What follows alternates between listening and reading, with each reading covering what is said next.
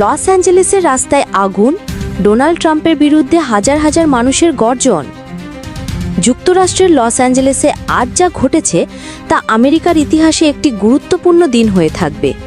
দুর্নীতির অভিযোগ, বিচার ব্যবস্থাকে প্রভাবিত করার চেষ্টা এবং অভিবাসন নীতির নামে বর্বরতা, এই সব কিছুর বিরুদ্ধে ফুঁসে উঠেছে আমেরিকান জনতা। হাজার হাজার মানুষ আজ রাস্তায় নেমে এসেছে সাবেক প্রেসিডেন্ট ডোনাল্ড ট্রাম্পের বিরুদ্ধে।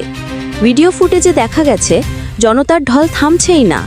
পুলিশের সঙ্গে উত্তেজনা, টিয়ার গ্যাস নিক্ষেপ, সড়ক অবরোধ, সব মিলিয়ে লস অ্যাঞ্জেলেস পরিণত হয়েছে যেন যুদ্ধক্ষেত্রে। অভিবাসী সম্প্রদায়, কৃষ্ণাঙ্গ জনগোষ্ঠী এবং ছাত্র সংগঠনগুলো এই মিছিলের সামনে থেকে নেতৃত্ব দিয়েছে। তাদের অভিযোগ, ট্রাম্প প্রশাসন গণতন্ত্র ধ্বংস করেছে, সংবিধানকে অবমাননা করেছে। একজন বিক্ষোভকারী জানিয়েছেন, আমরা ন্যায় বিচার চাই, যেই হোক, আইন সবার জন্য সমান হওয়া উচিত। এই প্রতিবাদ শুধু ট্রাম্পের বিরুদ্ধে নয়, এটি আমেরিকান গণতন্ত্র রক্ষার ডাক।